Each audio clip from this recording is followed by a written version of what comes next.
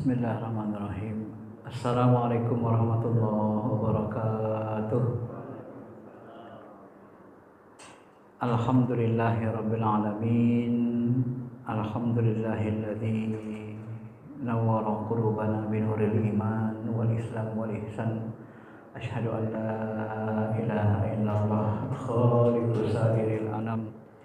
Asyhadu anna Muhammadar Rasulullah sayyidina sayyidil anbiya'i wal mursalin. Allahumma shalli ala habibina syafi'ina Muhammadin wa ala alihi wa sahbihi ajma'in. Amma ba'd. Bapak Ibu yang dirahmati Allah, mari sama-sama kita mensyukuri segala nikmat Allah Subhanahu wa taala. Mudah-mudahan Allah langgengkan nikmatnya dan mudah-mudahan Allah Subhanahu wa taala melapangkan dada kita niat iktikaf untuk mengkaji ilmu-ilmu agama. Khususnya malam ini kita akan mengkaji tentang tauhid, tentang Allah. Sudah pernah kita bahas, ini kita mengenal malaikat.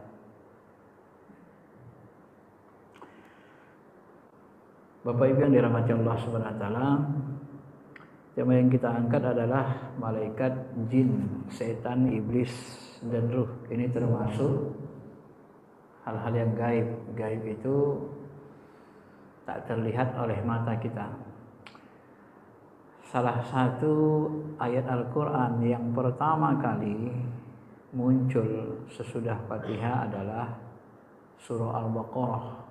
Dan di surah Al-Baqarah ini langsung Allah mengatakan alif lam mim zalikal kitabul la raiba fihi hudal lil muttaqin. Ini kitab Quran tidak bisa diragukan isinya dan dia petunjuk bagi orang bertakwa. Nah, lalu muncul pertanyaan, Al-Quran ini kan petunjuk bagi orang bertakwa. Yang mau menggunakan Quran ini sebagai petunjuk hidupnya adalah orang bertakwa. Nah, orang yang bertakwa yang punya ciri bagaimana yang akan menggunakan Al-Quran ini? Maka Allah katakan allazina yu'minuna bil ghaibi, yaitu orang-orang yang beriman kepada yang gaib.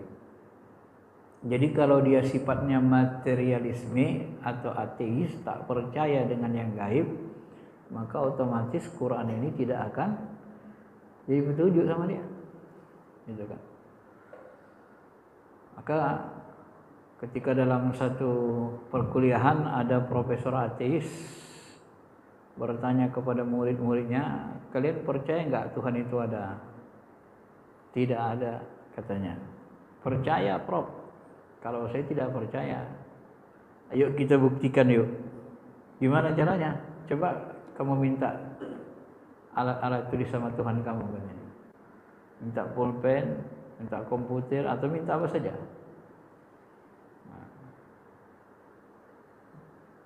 Begitu diminta, datang nggak dia, dikabulkan nggak? Kan nggak dikasih, katanya. Coba minta pulpen sama Tuhanmu, kan nggak dikasih, katanya. Nah, tapi kalau kalian minta pulpen sama saya kasih, katanya. Ini pulpennya lah, mintalah, katanya. Lalu ada muridnya yang cerdas mengatakan, ya, ketika profesornya mengatakan bahwa sebenarnya Tuhan itu tak ada, karena kalau kita minta kan nggak langsung dikasih. Dikasih. Tapi kalau saya pasti ada, minta saya kasih. Gitu. Lalu salah seorang muridnya yang cerdas mengatakan, kalau menurut Prof,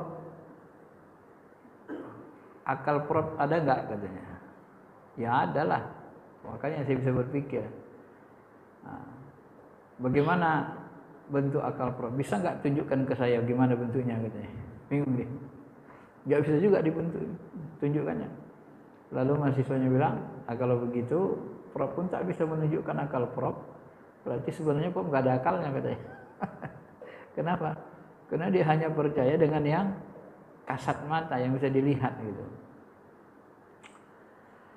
Bapak Ibu yang dirahmati Allah Subhanahu wa taala, padahal dalam diri kita ini pun sebenarnya banyak yang tak bisa terlihat, termasuk rasa, ya. Maksudnya rasa di hati kita, rasa rindu sama anak kita, rasa kasih sayang, kan tak bisa dilihat itu, Pak. Dan itu letaknya di kolbu, di hati. Nah, Bapak Ibu yang dirahmati Allah, malaikat ini dalam hadis riwayat Muslim dikatakan khuliqatil malaikatu min nur wa khuliqal jan mimma rijim min nar wa khuliqa adam mimma wusifa lakum. Hadis sahih Muslim. Malaikat ini diciptakan Allah dari cahaya. Kalau jin diciptakan dari api. Api yang mimma rijim min nar, api yang menyala. Dan Adam diciptakan sebagaimana yang disifati, yang sudah diberitakan kepada kalian. Ya. Jadi bahan penciptaan Adam, manusia, kemudian jin sama malaikat beda. Bedanya di mana? Nah, bedanya kalau manusia jasadnya dari tanah, unsur rohaninya dari cahaya, Nur Muhammad. Nah, kata Syekhul Jilani, ketika Allah menciptakan Nur Muhammad, dari Nur Muhammad ini diciptakan ruh. Ya, dari ruh manusia inilah orang-orang beriman ini diciptakan nur malaikat. Dari nur malaikat ini disaring lagi kemudian menjadi api. Api itulah bahan penciptaan jin. Nah, kemudian setelah itu turun ke bawah menjadi bahan penciptaan binatang. Ya.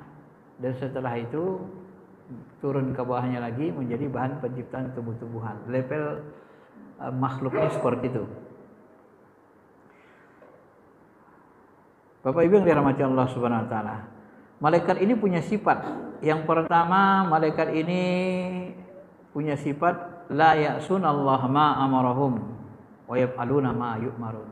Mereka ini taat perintah, tak pernah durhaka. Ya. Walaupun malaikat ini punya akal, tetapi mereka karena tidak punya hawa nafsu, maka taat perintah. Ketika disuruh sujud, sujud saja. Suruh baca Quran saja. Suruh mikul aras saja sampai kiamat. Ini taatnya nih. Dan dia tidak pernah kenal lelah. Itu aja kerjanya. Monoton. Walaupun dia berakal. Kayak Jibril diperintahkan membawa wahyu kepada para nabi. Kerjanya itu saja. Bawa wahyu kepada Nabi Muhammad, mendampingi Nabi Muhammad dan seterusnya. Gak ada yang lain gitu. Dan mereka ini sangat patuh dan tidak punya hawa nafsu. Dan manusia nanti kalau manusia tidak punya hawa nafsu pun nanti dia cenderung seperti malaikat, taat patuh. Apalagi dia bisa mengendalikan hawa nafsunya. Ya.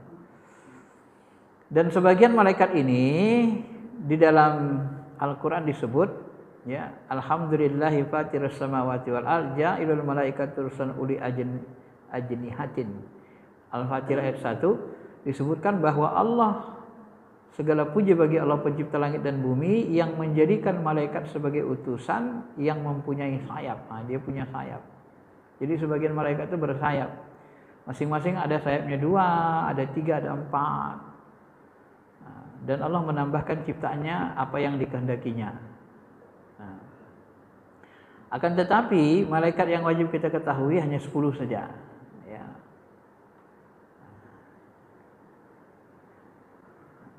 Bagaimana dengan jin? Jin diciptakan dari api, tadi sudah disebut.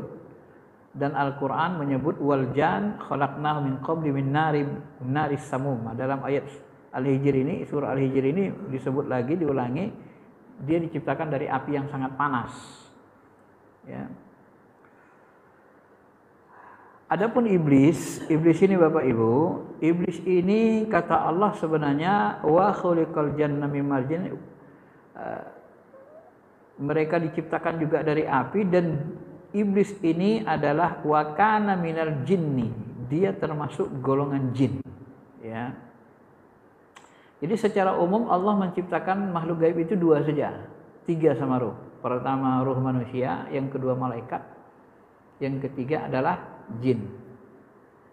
Ini yang diciptakan Allah berdasarkan Al-Quran hadis. Nah, malaikat dari cahaya, jin dari api, dan jin ini banyak golongannya, dan iblis itu salah satu dari golongan jin.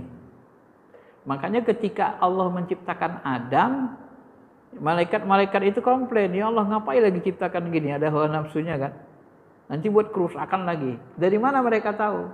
Karena sebelum manusia ada makhluk-makhluk jin yang berhawa nafsu.